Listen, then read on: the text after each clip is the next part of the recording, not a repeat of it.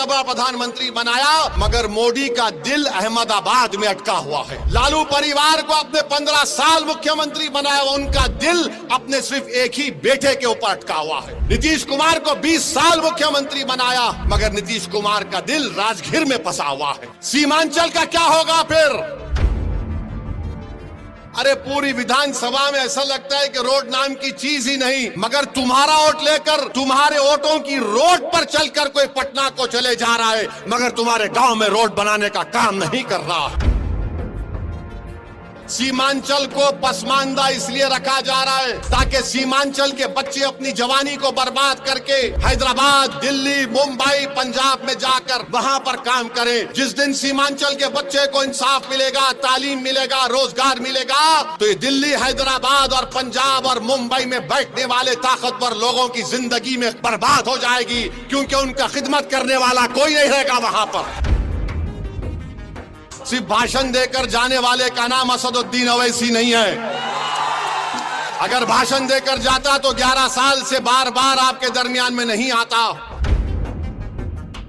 मेरे अजीज दोस्तों और बुजुर्गों, सीमांचल की लड़ाई हम लड़ रहे हैं और आपको बताना जरूरी समझता हूं कि पटना में मोदी ने, नीतीश कुमार ने क्या बनाया।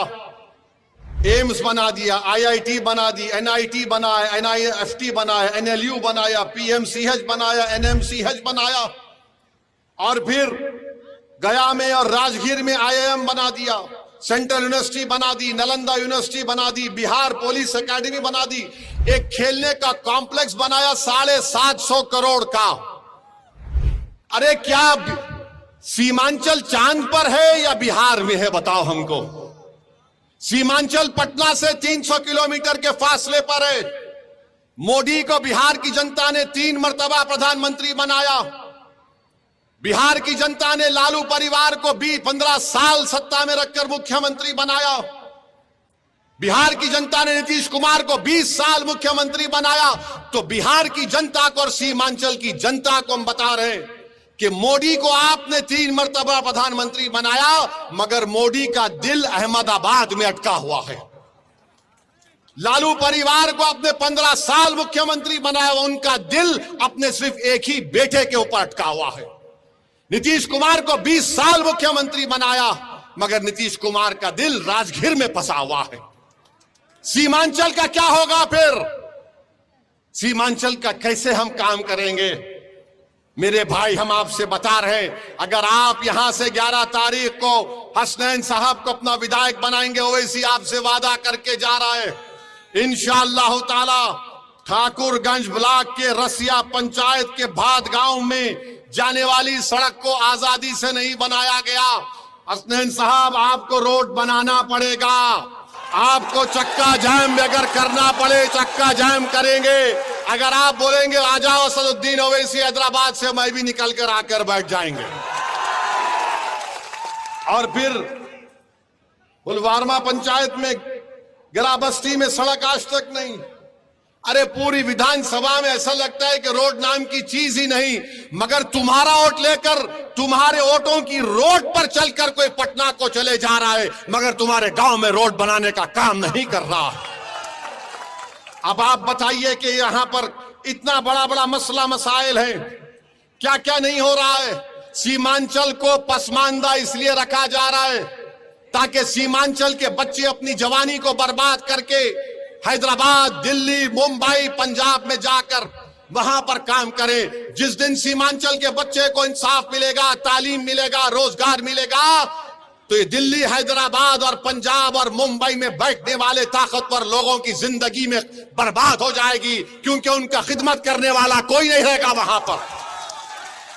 ये काम हम करेंगे और आपको हम बता रहे हैं मेरे भाई, ओवैसी तुम्हारे दरमियान में खड़ा होकर कह रहा है कि सीमांचल में एक तेज रफ्तार की दिल्ली सीमांचल की रेल लिंक की जरूरत है। हम लड़ेंगे इंशाअल्लाह ताला उसके लिए। और फिर पटना से किशनगंज अरारिया एक वंदे भारत की यहां पर ट्रेन की जरूरत है। यहां पर फैक्ट्री क्यों नहीं लगती सीमांचल में?